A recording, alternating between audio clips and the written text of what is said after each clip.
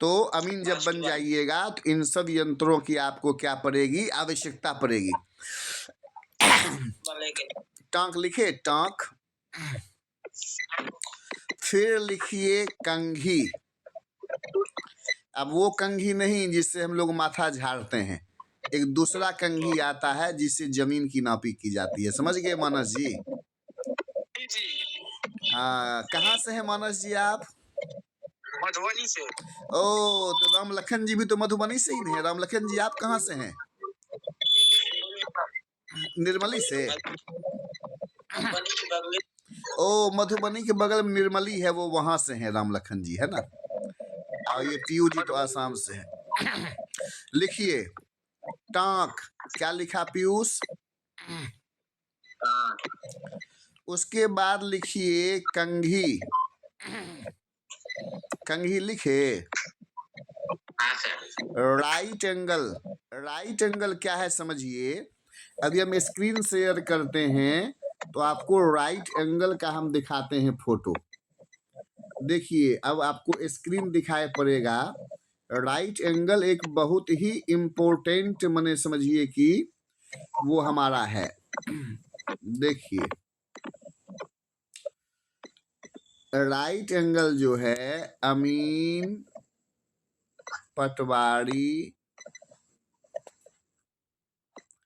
का right angle, right angle जो है एक यंत्र है जिसमें क्या होता है, हम लोग 90 डिग्री का कोण बनाने का काम करते हैं।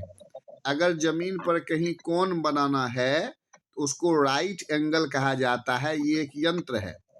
अमीन लोग जो है राइट एंगल भी रखते हैं। बात है इसमें दिखा नहीं रहा है, आपको हम फोटो बना के दिखा देते हैं। तो राइट एंगल भी रखना है अमीन को।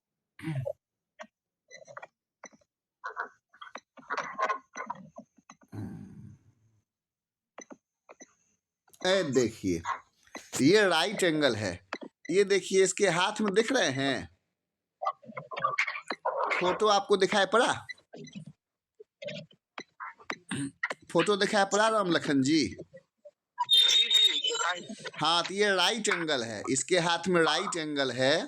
तो राइट एंगल एक यंत्र होता है जिसकी सहायता से जमीन पर समकोण बनाने का काम करना पड़ता है। और ये समकोण कब हम बनाते हैं, जब हम क्या करते हैं कि जमीन का नदी की चौड़ाई निकालते हैं। आपको पता होना चाहिए एक अमीन नदी का चौड़ाई भी निकाल सकता है। अगर आप किसी नदी पर चले गए तो इस पार से उस पार कितना नदी है वो नदी भी आप निकाल सकते हैं चौड़ाई। ये अमानत के पढ़ाई का क्या चीज है, कमाल है। बात समझ गए ना? तो नदी का चौड़ाई अगर निकालना है तो उसमें आपको राइट एंगल का यूज करना पड़ेगा। एक अमीन पहाड़ की ऊंचाई भी निकाल सकता है। एक अमीन पेड़ का छाया निकाल सकता है कि इस पेड़ का छाया कहाँ तक गया। तो अमानत की पढ़ाई इतनी महत्वपूर्ण है, एक अमीन बनने के बाद 25-30 हजार रुपया कमाना आपके लिए बहुत ही आसान हो जाएगा। 3,000 रुपया एक नापी का मिलता है। महीना में अगर 10 नापी भी किए तो आपका घर का खर्चा ऊपर हो जाएगा। तो पढ़ाई लिखाई भी कीजिए, आगे आप लोग ध्यान दीजिए जो भी करना है, पर एक डिग्री अमीन का लेकर रख दीजिए जो भविष्य में जॉब का वैकेंसी निकले तो भर सकें, कॉन्ट्रैक्ट बेसिस पर जॉब कर सकें। और अगर आपके हाथ में नॉलेज अगर आ गया, देखिए मोदी जी भी क्या बोल रहे हैं पीयूष, स्किल इंडिया, नाम सुने हैं स्किल इंडिया का? स्किल इंडिया का नाम सुने हैं? स्किल इंडिया क्या है समझिए। मोदी जी ने कहा कि भारत को स्किल बनाएंगे। आज चाइना में लोग नौकरी के पीछे नहीं भागता है, चाइना में लोग स्किल के पीछे भागता है। तो स्किल के पीछे जब भागता है तो छोटा छोटा बच्चा वहाँ मोबाइल बनाता है। छोटा छोटा जो झड़ी फुलझड़ी हम लोग दिवाली में घर सजाते हैं, चाइना का बच्चा बनाता है वो झड़ी फुलझड़ी। बताइए, तो वहाँ का बच्चा स्किल्ड है, तो हम लोग स्किल्ड नहीं है, नौकरी के पीछे भाग रहे हैं। तो जमीन नापने का स्किल अगर आप में आ गया, ये एक प्रकार का गुण है, एक प्रकार का स्किल है, एक प्रकार का विद्या है। तो 25-30 हज़ार कमाना आपके लिए आसान हो जाएगा। समाज में आपकी इज्जत भी रहेगी। भूमि विवाद में आपको बुलाया जाएगा। कहीं भी भूमि का विवाद होगा, बोलेगा जाइए अमीन साहब को बुला कर ले आइए। क्योंकि लोग जानता है अमीन का डॉक्टर हो, जमीन का डॉक्टर है अमीन, तो तुरंत बोलेगा जाइए राम लखन जी को बुला कर लाइए, पीयूष को बुला कर लाइए, समझे। इसलिए कोर्स करना जरूरी है। तो क्या लिखे, अभियंत्र कौन लिखे थे अभी, राइट एंगल। अब उसके बाद लिखिए कुदाल। कुदाल तो आप लोग समझते ही होंगे सभी लोग। एक अमीन को कुदाल भी रखना पड़ता है, कुदाल। उसके बाद कॉपी कलम। कॉपी कलम इसलिए, जब जमीन का नक्शा बनाने के लिए जाइएगा तो कॉपी कलम का होना बहुत जरूरी है। उसके बाद एक बहुत ही महत्वपूर्ण यंत्र होता है सूजा। महत्वपूर्ण यंत्र क्या होता है, सूजा। तो कहिएगा सर सूजा का क्या काम है। सूजा छड़ का बना हुआ होता है या लकड़ी का बना होता है, 1.5 फीट का लकड़ी होता है। 10 सूजा अमीन अपने पास रखता है। जब आप जमीन नापने के लिए जाते हैं तो जब एक जरीब की नापी हो जाती है, यानी एक चेन की नापी हो जाती है, तो ये कैसे पता चलेगा कि एक चेन की नापी हो गई है। तो वहां पर एक अमीन क्या करते हैं, वो सूजा गाड़ देते हैं। तो सूजा इस बात को दिखाता है कि एक जरीब की नापी हो गई है। फिर अगला जरीब नापिएगा, फिर वहां एक सूजा और गाड़ दीजिएगा। फिर तीसरा जरीब नापिएगा, वहां भी सूजा गाड़ दीजिएगा। तो वो निशानी का काम करेगा कि इतने जरीब की नापी हो गई है। अमीन को 2 असिस्टेंट भी रखना होता है। एक को बोला जाता है लीडर, एक को बोला जाता है फॉलोअर। फॉलोअर जो है वो आगे रहता है, लीडर जो है वो पीछे रहता है। तो अमीन साहब तो भाई किताब कॉपी लेकर खड़े रहेंगे ना। अमीन तो किताब कॉपी लेकर खड़े रहेंगे, वहाँ पर वो नक्शा वगैरह बनाएंगे, वो डायरेक्शन देंगे। जब आप अमीन बन जाइएगा तो आपको 2 आदमी को रखना पड़ेगा, वो मिल ही जाता है, चेरा चटिया बहुत आपको मिल जाएगा। तो लीडर पीछे पीछे सूजा गाड़ते जाता है और फॉलोअर आगे आगे सूजा को उखाड़ कर अपने पास रखते जाता है। और जब 10 सूजा फॉलोअर के हाथ में आ जाता है तो समझ जाता है कि 10 जरीब तक की नापी हो गई। वहां पर वो प्लस का चिन्ह लगा देता है। किसका चिन्ह लगा देता है, प्लस का चिन्ह लगा देता है। बात समझ गए ना। प्लस का मतलब होता है दहला। प्लस का मतलब क्या होता है राम लखन जी, दहला। दहला माने ये हुआ पीयूष, जहां दहला का निशान बन जाए, प्लस का निशान बन जाए, तो समझ जाइए कि 10 जरीब की नापी यहाँ पर हो गई है। कितने जरीब की नापी हो गई है, 10 जरीब की नापी वहां पर हो गई है। बात समझ गए ना। तो सूजा एक बहुत ही महत्वपूर्ण यंत्र है, सस्ता ही है, 25-25 रुपया में देता है, तो वो रखिएगा। उसके बाद लिखिए डंडी। सूजा के बाद लिखिए डंडी।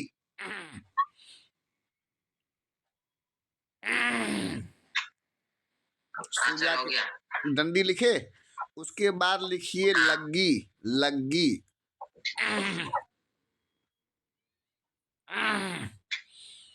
लग्गी।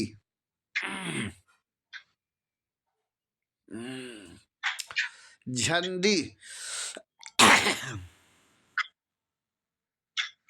झंडी। झंडी। झंडी। उसके बाद लिखिए फीता। क्या लिखे, फीता। फिर फीता फीता। फिर लिखिए नक्शा।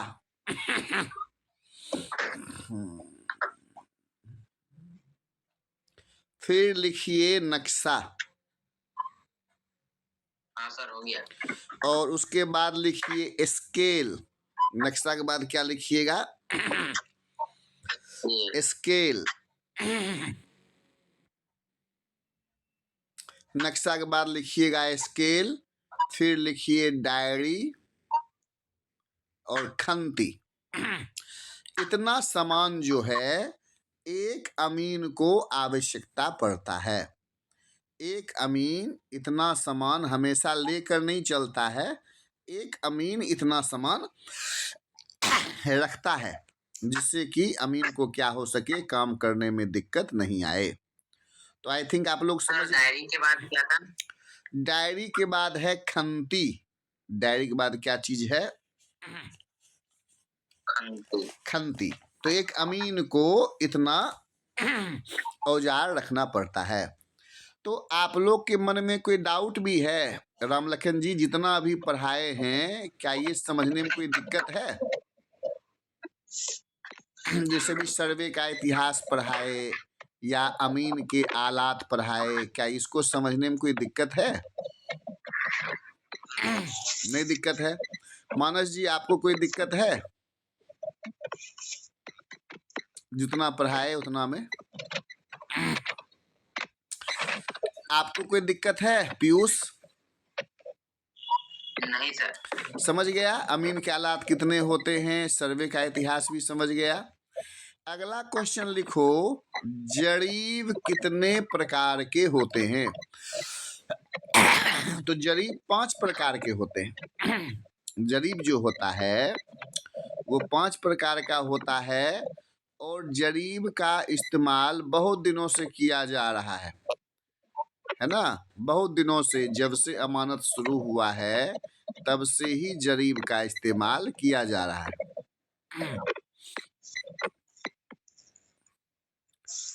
तो लिखिएगा, जरीब 5 प्रकार के होते हैं। क्या लिखिएगा?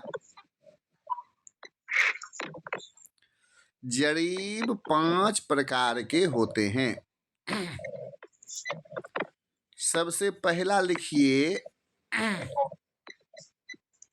शाहजहानी जरीब। शाहजहानी जरीब। परी दूध भी है? परी प्रेम। शाहजहानी जरीब लिखे, शाहजहानी जरीब। दूसरा लिखिए, फारूखाबादी जरीब। क्या चीज सर? फारूखाबादी जरीब। शाहजहानी जरीब पहला है, शाहजहानी जरीब। दूसरा है फारूखाबादी जरीब। तीसरा है सहारन जरीब। तीसरा क्या लिखिएगा?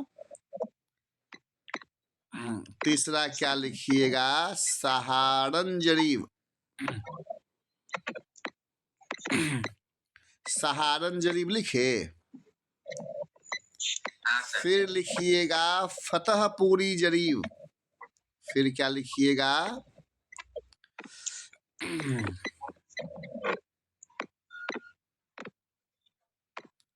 फतेहपुरी जरीब। फतेहपुरी जरीब। फतेहपुरी जरीब, फतेहपुर में बना था। और लास्ट में लिखिए गंटरी जरीब। लास्ट में क्या लिखिएगा? गंटरी। गौनस्वार गन अट्री। गौनस्वार गन अट्रो में दीर्घिकार दे देंगे, ट्री। गंटरी जरीब।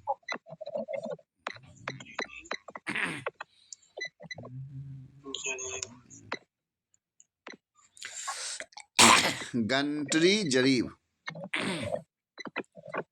तो ये 5 प्रकार के जरीब होते हैं। तो अभी हम लोग जो यूज कर रहे हैं, जो एक अमीन यूज कर रहा है, वो गंटरी जरीब यूज कर रहा है। कौन सा जरीब यूज कर रहा है? गंटरी जरीब, है ना? गंटरी जरीब हम लोग यूज कर रहे हैं। अब अंतर क्या है जरीब में? इस जरीब में अंतर क्या है? तो शाहजहानी जरीब के सामने लिखिए, यह 55 गज का होता है। शाहजहानी जरीब के सामने क्या लिखिएगा? यह 55 गज का होता है। शाहजहानी जरीब कितने गज का होता है? 55। फारुखाबादी जरीब में लिखिए यह 52.5 गज का होता है।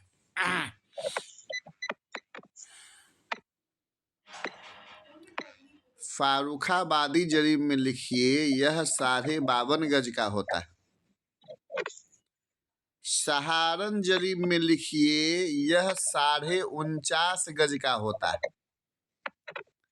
यह 49.5 गज का होता है।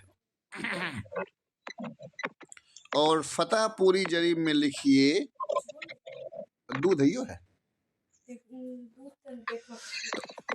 सहारन जरीब 49.5 गज का होता है और फतेहपुरी जरीब 44 गज का होता है।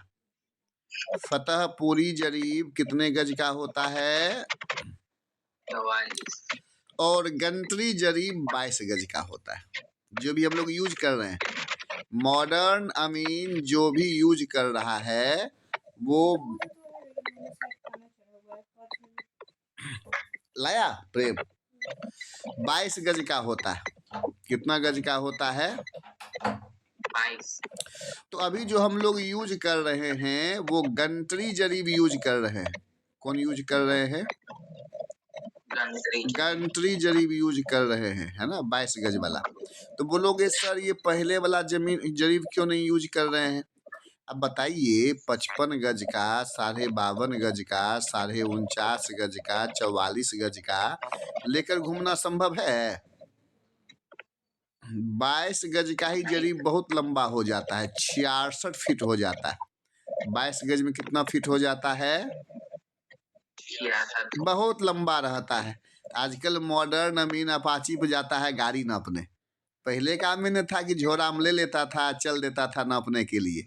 आज हम लोग जाते हैं अपाची से गाड़ी नापने, 66 ही 52.5 गज का जरीब ले जाएंगे तो पता चलेगा कि एकदम हालते खराब हो जाएगा।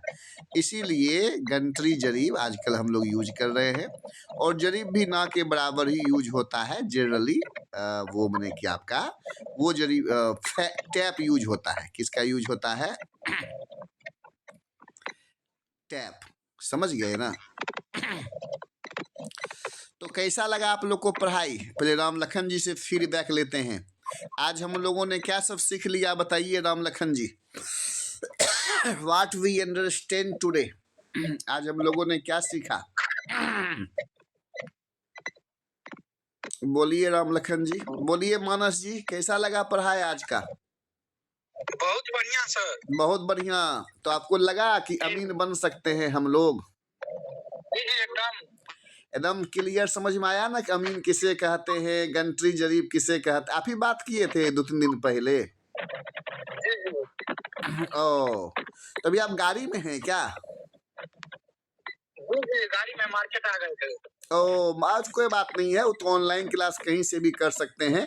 लेकिन प्रयास कीजिएगा कि अगर सीखना होगा तो 1 घंटा कम से कम घर में बैठिएगा। क्या समझ गए ना? कल से निकालेंगे समय। विद्यार्थी जो है वो जिस देते आयुष घर में बैठ के पढ़ रहा है, राम लखन जी भी घर में हैं, तो बढ़िया से को देखिए शिक्षा जो है वो माता सरस्वती का वरदान है ना? तो विद्या शांति मुद्रा में ही पूरा करना होता है। तो आराम से बैठकर पढ़िएगा। तो आज हम लोग क्या सब सीख लिए? एक अमीन के यंत्र सीख लिए ना, कौन कौन से यंत्र होते हैं अमीन के। उसके बाद जरीब सीख लिए पीयूष कि कितने प्रकार के अमीन का यंत्र होता है। फिर आज हम लोग सीख लिए कि जरीब कितने प्रकार के होते हैं, सीख लिए ना। उसके बाद प्रत्येक जरीब में क्या क्या अंतर है ये भी सीख लिए। और उसके बाद सीख लिए सर्वे का इतिहास। तो इसी ढंग से जो है 50 दिन का ट्रेनिंग चलेगा। और फिर पटना आप लोग आइएगा, 5 दिन के लिए पटना आइएगा। तो यहाँ पर आपको जो है सिखाएंगे,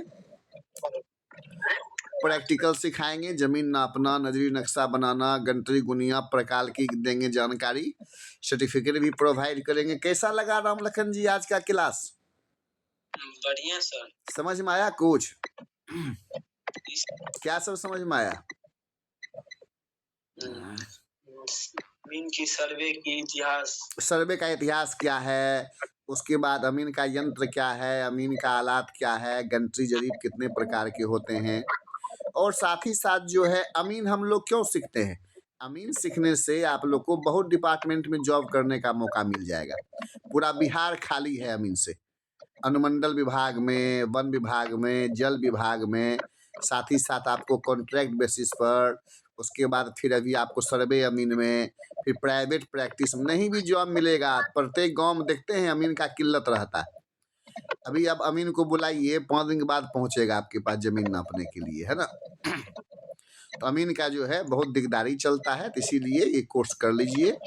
फीस आप लोग को बता ही दिए हैं, सारा चीज बता दिए ना फीस उसके बारे में ना। आप लोग का था यही 6 बजे शाम में क्लास करेगा ऑनलाइन, ऐसे ही हम लिखाते जाएंगे, आप लिखते जाइएगा। बाकी पेमेंट का सब आपको बता ही दिए हैं, तो आप लोग एडमिशन करवा लीजिए, कल से रेगुलर स्टार्ट कर दीजिए। क्या 1-2 दिन का क्लास छूटा हुआ है आप लोगों का, वो पूरा करवा देंगे हम। क्या ठीक है? ठीक है मानस जी, ठीक है।